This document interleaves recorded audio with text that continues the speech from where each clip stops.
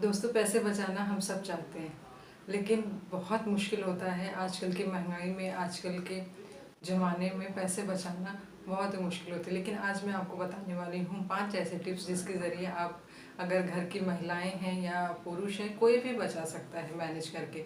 तो मैनेजमेंट अगर आप हम लोग सही से करेंगे तो हम लोग पैसे बचा सकते हैं। तो आज का मेरा टॉपिक यही है। तो हेलो दोस्तों, मैं प्रीति आपका स्वागत करती हूँ अपने चैनल में जिसका नाम प्रीति की दुनिया।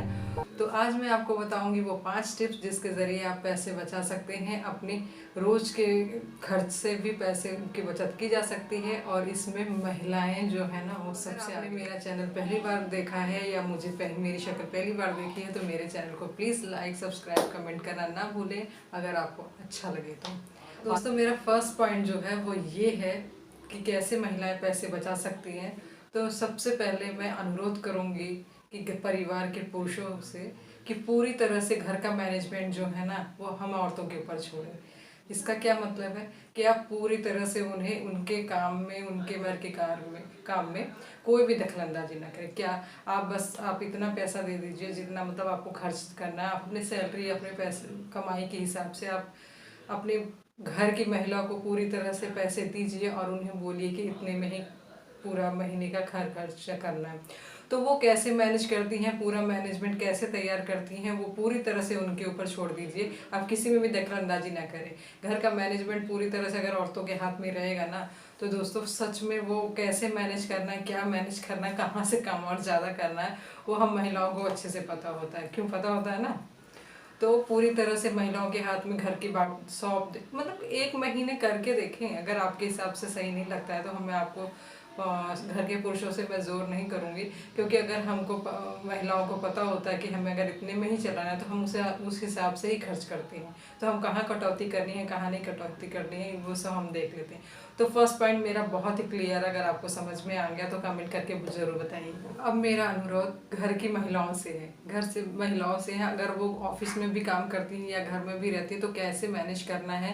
अगर आपको पूरी तरह से घर के पुरुषों ने ये मैनेजमेंट दे दिया है संभालने का, घर का खर्च का, तो या घर का भी पूरे, तो आपको कैसे मैनेज करना है, कैसे आपको मैनेजमेंट बनाना है कि आप किस तरह से कम खर्च में घर को अच्छे से चला सके, कोई भी कमी भी ना हो घर में किसी भी खर्चे में, और आप अच्छे से कर सकते हैं। और अब ये किस तरह से कहाँ से करना है, इसमें हम औरतें बहुत जानते हैं, सब कुछ जानते हैं हम लोग, क्योंकि हमें मैनेज करना बहुत अच्छे से आता है। और हर किसी को नहीं आता। वो बेफजूल खर्चा करती हैं, तो फालतू चीज़ों का को इकट्ठा करती हैं।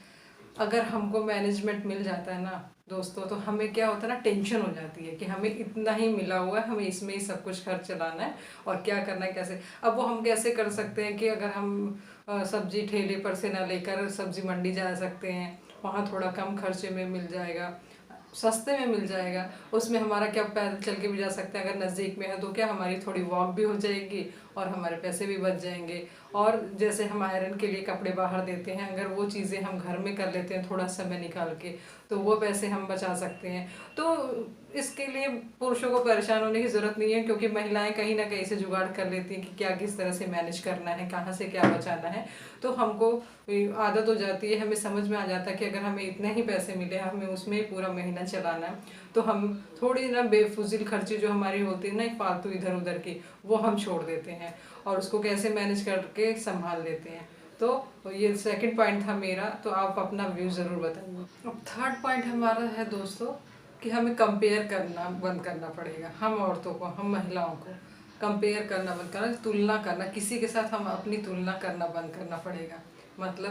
मतलब कि हमारा जैसे हम पड़ोसियों को देख के अपना सर पीटते हैं ना, वो बंद करना पड़ेगा। क्या, उनकी तो बड़ी गाड़ी है, उनके तो बड़ा घर है, उनको तो बच्चा बड़े हाई फाई स्कूल में जा रहा है, या ऐसा कुछ है, या उसकी बीवी ने तो इतनी महंगी ज्वेलरी पहनी थी, या उन्होंने तो ऐसी साड़ी पहनी थी। ये अपने पति से या हस्बैंड से या किसी माँ बाप से ये कंपेयर करना बंद करना पड़ेगा। अपनी तुलना खुद करेंगे तो बहुत परेशान रहेंगे।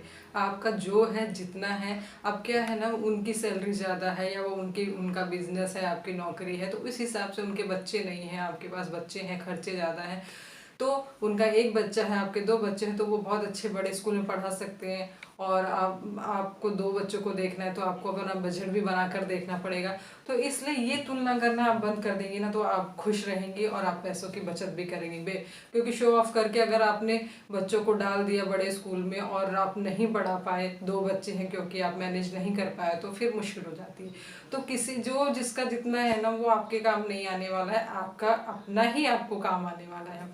तो इसलिए आपको जितना खर्चा मिल रहा है, आपको जितनी सैलरी मिल रही है, आपके जो पैसे हैं, आपकी जो चीज़ें हैं, आपकी जो गाड़ी है, आप उसमें ही खुश रहिए, उसको ही देखिए। और अगर आप दूसरे को देख के अपना सर फोड़ेंगे ना, तो कुछ नहीं होने वाला है। दूसरों से तुलना करके परेशान होने से अच्छा जो अपना है उसमें खुश रहिए। और उसमें उस वजह से आपके फालतू शो ऑफ करने के लिए जो पैसे खर्च करेंगी, वो पैसे भी बचेंगे और आप खुश भी रहेंगे, आपका परिवार भी खुश रहेगा। अब अगला पॉइंट है दोस्तों कि आपने कैसे भी करके, इधर उधर करके, जुगाड़ करके, कम खर्च करके आपने पैसे तो बचा लिए, आपने बचत तो की, बचत की, पर उन्हें खर्च कहाँ कर रहे हैं। आप जोश में होश मत खोइए। मतलब अगर आपने पैसे बचा भी लिए हैं, तो अगर आप चाहें कि उसके लिए कुछ, अपने लिए कुछ ऑर्नामेंट खरीद लें, कुछ कपड़े खरीद लें, कुछ गहने खरीद लें, मतलब कुछ भी चीज़ खरीदेंगी ना, आप 2 दिन खुश रहेंगी। उसके बाद ऐसा लगेगा ये भी अलमारी में ढेर बन के ही पड़ा हुआ है, क्योंकि आपको जो पसंद आएगा वही पहनने वाली हैं आप। जोश में उसको, किसी को शो ऑफ करने के चक्कर में खरीद लिया, दिखावे के लिए खरीद लिया, अपने चादर से लंबी पैर अगर आपने कर ली ना, तो आपको परेशानी होने वाली है। आप अपने चादर के अंदर ही रहिए, यानी जितना आपका है उसमें ही रहिए। तो अगर आपने बचत करने के बाद वो चीज़ें खरीद ली, तो पैसे तो वेस्ट हो ही गए। तो इसलिए अगर आपको बचत करते हो तो उसको इन्वेस्ट कीजिए।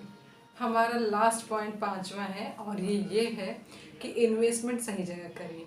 अगर आपने पैसे बचाए हैं और फिजूल खर्ची भी नहीं करी है, कुछ खरीदा भी नहीं है, अगर आपके पास पैसे बचे हुए हैं, तो आप उसको किस जगह इन्वेस्ट कर रही हैं, आप सही जगह इन्वेस्ट कीजिए। ऐसा ना हो कि आप मतलब कुछ ले रही हैं, ज्वेलरी खरीद ले रही हैं, तो वो इन्वेस्टमेंट नहीं कही जाएगी। अच्छी जगह करिए, रिस्क बाद ऐसा इन्वेस्टमेंट कीजिए कि आपको रिस्क से बचाए। रिस्क लेकर कोई मतलब करिए काम, लेकिन इस तरह से नहीं करिए कि मतलब आपके पैसे ही ना मिले आपको। ऐसी जगह इन्वेस्टमेंट कीजिए, आप सर्च कीजिए, आप देखिए, पढ़िए, बहुत सारी चीज़ें ऐसी आ गई हैं जिससे कि आप अपनी फिक्स कर सकती हैं कहीं पे भी, या सेफ पैसे रख सकती हैं बैंक में। मतलब कुछ भी आप इन्वेस्टमेंट करें, किसी अच्छी जगह करें, पता करके करें, ऐसा कहीं भी इन्वेस्टमेंट ना करें। और ऐसी इन्वेस्टमेंट करें जो आपको ज़रूरत के समय आपके काम में आ जाए। तो औरतें चाहें तो बचत कर सकती हैं बहुत तरीके से, और हस्बैंड उनके हाथ में घर का रहता है तो वो अपना काम भली भांति करती हैं। कुछ औरतें हैं जो नहीं कर पाती, फिजूल खर्ची करती हैं, क्योंकि उनको आदत, हैबिट होती है उस चीज़ की। लेकिन ये चीज़ हम सीख सकते हैं। तो धीरे धीरे करके हम अपने लाइफ में अपने पार्टनर के सहयोग से, अपनी फैमिली के सहयोग से हम ये सब सीख सकते हैं। तो अगर आपको ये आज का मेरा ये वीडियो अच्छा लगे तो प्लीज़ लाइक, सब्सक्राइब, कमेंट जरूर करें। मिलेंगे किसी नेक्स्ट वीडियो में।